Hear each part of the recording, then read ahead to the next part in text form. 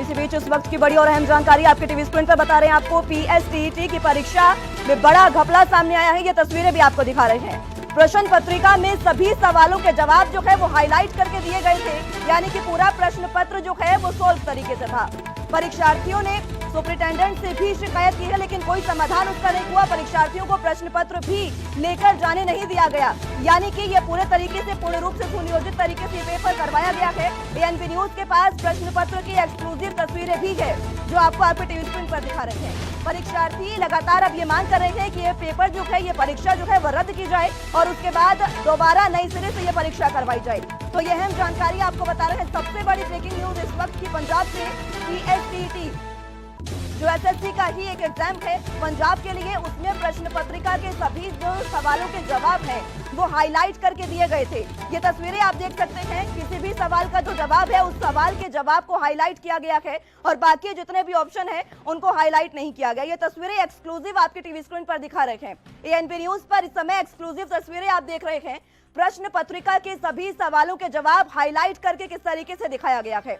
परीक्षार्थियों ने सुपरिटेंडेंट से इसकी शिकायत भी की है, लेकिन उसका कोई समाधान नहीं हुआ। उसके बाद परीक्षार्थियों ने यह साफ तौर पर कहा कि प्रश्न पत्र जो है वो भी नहीं लेकर जाने दिए गए। ये भी तस्वीर आप देख रही हैं, व्हाट्सएप का ये स्क्रीनशॉट है, जिसमें साफ तौर पर लिखा है कि ये शख्स बता रहा है कि मैं खुद पेपर देकर आया हूं और मैं जब सुपरिटेंडेंट से शिकायत करने पहुंचा तो उन्होंने शिकायत पर कोई संज्ञान नहीं लिया, कोई समाधान नहीं लिया, कोई भी समाधान इस पूरे जो मसले का है वो नहीं किया गया। पीएसटीईटी की परीक्षा जो है उसमें यह बड़ा घपला सामने आया है। इस खबर पर ज्यादा जानकारी के लिए चंडीगढ़ से संवाददाता अमनप्रीत कौर हमारे साथ मौजूद है। अमन, जिस तरीके से सबसे बड़ा घपला कहा जा सकता है पंजाब में टीईटी की परीक्षा में, किस तरीके की जानकारी मिल पा रही है? देखिए, अभी तक जो जानकारी मिली है इसमें ये पता चला कि 60% जो आंसर थे वो ऑलरेडी जो एग्जाम शीट में उसको बोल्ड करके वो टिक मार्क थे। आमतौर पे पहले कभी भी इस तरीके की चीज नहीं देखने को मिली थी, लेकिन पहली बार देखने को मिली है। हालांकि इसको लेकर अभी जो शिक्षा मंत्री है हरजोत बैंस, उनका किसी तरीके कोई ऑफिशियल बयान नहीं है, लेकिन हमारी कोशिश जरूर रहेगी कि उनसे राब्ता करके इसके ऊपर पूरी क्लैरिफिकेशन दी जाए। और अगर बात की जाए विरोधियों की, तो सुखपाल खेहरा और जिस तरीके से लगातार सुखपाल खेहरा और हरजोत बैंस के अंदर एक तंज जो कसा हुआ है, तो उन्होंने भी इस चीज को लेकर ट्वीट किया है कि ऑलरेडी इसके ऊपर जो है हरजोत बैंस को तुरंत तौर के ऊपर अपोलोजाइज करके इस चीजों को बताना चाहिए कि आखिर इसकी जवाबदेही देनी चाहिए। लेकिन बड़ी बात यह है कि जिस तरीके से इतना बड़ा एग्जाम अगर होता है उसमें इस तरीके के अगर हो जाते हैं, लेकिन गलती कहाँ पर हुई है, कहाँ पे क्या चीज हो रही है, ये तो देखिए अब शिक्षा मंत्री ही इस चीज को लेकर जो हरजोत बैंस है वही क्लियर कर पाएंगे।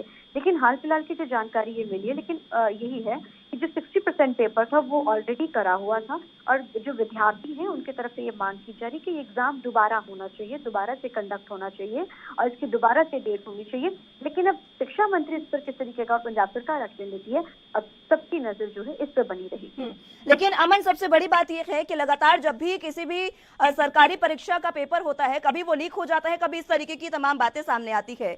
भविष्य पर तलवार लटकते नजर आ रही है साफ तौर पर। युवाओं का जो भविष्य है वो लगातार मेहनत करते हैं, बावजूद इसके ये जो तमाम चीजें होती है उसके बाद उनमें भी निराशा देखने को मिलती है। फिर देखिए, इससे पहले भी इससे जो 12वीं का जमात का जो पेपर हुआ था इंग्लिश का, आपको याद होगा, अभी कुछ समय पहले की ही बात है, तो वो भी पेपर इस तरीके से जो लीक हो गया था। हालांकि जो ऑफिसर्स थे उसके खिलाफ सख्त कार्रवाई की गई थी हरजोत बैंस की तरफ से और उन्होंने एग्जाम्स की डेट भी जो नहीं रखी थी, तो सेम इस तरीके की चीज भी दोबारा देखने को मिले। जाहिर है कि जब कंपटीशन एग्जाम्स की बात होती है तो हर किसी को होता है कि देखिए तैयारी सबकी होती है, लेकिन हर किसी को ये होता है कि हम उसमें अचीव करें, हम उस पोस्ट को पा सकें।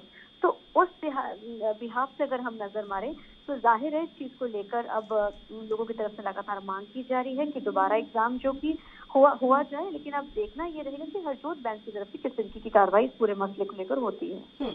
शिक्षा मंत्री से लगातार बातचीत करने की कोशिश की जा रही है, लेकिन संपर्क उससे नहीं हो पा रहा है। ये साफ बात है कि जिस तरीके से इस पर जवाबदेही जो है वो इस समय नहीं सामने आई है किसी भी तरीके की। अमन, बिल्कुल, देखिए अब इसके ऊपर सरकार पहले देखिए कोई भी इस तरीके की चीज होती है क्योंकि शिक्षा विभाग से जुड़ा मसला है, तो जाहिर है कि पहले फैक्ट को चेक किया जाता है, कहाँ पे किसकी गलती रही है उस चीज को चेक किया जाता है, उसके बाद किसकी ड्यूटी तय हुई थी उस चीज को चेक किया जाएगा, उसके बाद हरजोत बैंस जिसके ऊपर एक्शन लेंगे। जाहिर है क्योंकि जब तक वो खुद भी चीजों को क्लैरिफाई नहीं करते हैं तब तक वो किसी भी तरीके का कोई भी रिएक्शन नहीं देंगे। जब चीजें क्लैरिफाई हो जाएंगी तो जाहिर है उनकी तरफ से जरूर कोई ना कोई क्लैरिफिकेशन आएगा, लेकिन तब तक यही जो चीज सामने निकल के आई है कि ये पेपर जो लीक हुआ विद्यार्थियों की तरफ से मांग शुरू की जा रही, लेकिन अब एग्जाम दोबारा होता है या क्या होता है अब तो देखिए शिक्षा मंत्री के एक्शन के ऊपर ही पता चलेगा। अमन, एक बात ये भी सामने आ रही है कि जो शख्स यहाँ पर एक परीक्षार्थी ने बताया है कि वो खुद एग्जाम दे रहा था और जब उसने सुपरिटेंडेंट को शिकायत दी तो उसके बाद भी कोई समाधान नहीं हुआ। क्या ये समझ आया है कि ये कौन से सेंटर का ये पूरा मसला है जहाँ से ये पूरी बात सामने आई? देखिए सिर्फ एक ऑडियो ही वायरल जो हुआ है यूट्यूब के ऊपर, और आजकल सोशल मीडिया इतना एक्टिव है कि चीजें बहुत जल्दी से वायरल होती हैं, तो चीजें वायरल जरूर हुई है, लेकिन अब किस सेंटर का है क्या है अभी तक कोई इस तरीके की जानकारी नहीं है। लेकिन हाँ ये जरूर कहा जा सकता है कि आने वाले समय में क्यों बहुत जल्दी ही जो इसकी जवाबदेही है वो शिक्षा मंत्री की तरफ से दी जाएगी। स्कूलों में लगातार बच्चों को इस तरीके की पढ़ाई करवाई जाती है कि वो किसी भी तरीके से सरकारी नौकरी लगे, लेकिन ये जो लगातार किया जा रहा है चाहे पेपर लीक की बात हो या फिर इस तरीके से, और ये पूरा प्रश्न पेपर ये साफ बताया गया है कि इस प्रश्न पेपर में मात्र 60 ही जो सवाल हैं वो होते हैं और 60 के 60 सवाल जो हैं उनके जवाब हाईलाइट किए गए थे। ये सीधे तौर पर घपला है। इसको लेकर क्या कुछ लगता है कि किस पर कार्रवाई हो सकती है? देखिए सस्पेंड किया जा सकता है उनको और उनकी सेवाएं खत्म की जा सकती है। ज्यादा से ज्यादा जो कार्रवाई होती है अक्सर इस तरीके की ही कार्रवाई जो सबसे अगर देखिए सेवाएं खत्म कर दी जाती है, सस्पेंड कर दी जाती है, जाहिर है तो ये सबसे बड़ी इसके अंदर कार्रवाई होगी। लेकिन अब जब तक चीजों को क्लियर आउट नहीं होगा, जब तक ये नहीं पता चलता है कि किस सेंटर का है या फिर किस ऑफिसर की गलती है या कहाँ पे क्या चीज हुई है, प्रिंटिंग में कुछ ऐसा हुआ है, तब तक ये कहना बड़ा मुश्किल है कि किस तरीके की कार्रवाई होगी। लेकिन हाँ ज्यादा से ज्यादा यही तब तक इंतजार है कि जब तक इसके ऊपर शिक्षा मंत्री किस तरीके का कोई बयान नहीं देते हैं। परीक्षार्थियों का यह साफ कहना है कि प्रश्न पत्र भी बाहर लेकर नहीं जाने दिया गया। क्या किसी परीक्षार्थी से बात हुई? क्योंकि जिस तरीके से साफ तौर पर कहना और लगातार जो उनके शिक्षक हैं, जो उनके कोच हैं, वो भी ये मांग कर रहे हैं कि ये पूरा पेपर अब दोबारा होना चाहिए। बिल्कुल देखिए परीक्षार्थी से तो कोई नहीं, लेकिन एक ऑडियो जरूर वायरल हुई है, वही चीज सामने जो निकल के आई है, लेकिन अभी तक इस तरीके से कोई बात नहीं हुई है। जाहिर है कि अगर पेपर इस तरीके से तो एग्जाम दोबारा जरूर होगा। जब पहले 12वीं का पेपर ऐसे लीक हुआ था अभी थोड़े दिन पहले, तो वो पेपर की भी डेट जारी की गई थी। अब शिक्षा मंत्री के ऊपर है, देखिए ये चीज समझना बड़ा जरूरी कि जब तक शिक्षा मंत्री इसके ऊपर किस तरीके का एक्शन नहीं लेते हैं या वो क्या उनका नेक्स्ट स्टेप रहता है ये देखना रहेगा। लेकिन हाँ जाहिर है कि अगर पेपर इस तरीके का हुआ तो एग्जाम दोबारा जरूर होगा। अब नेक्स्ट डेट होती है, किस तरीके की कार्रवाई होती है, शिक्षा मंत्री के ऊपर है सारी चीजें।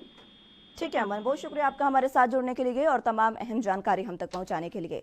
तो ये तमाम तस्वीरें भी आपको दिखा रहे हैं किस तरीके से प्रश्न पत्रिका जो है उसमें तमाम सवालों के जवाब हाईलाइट किए गए थे।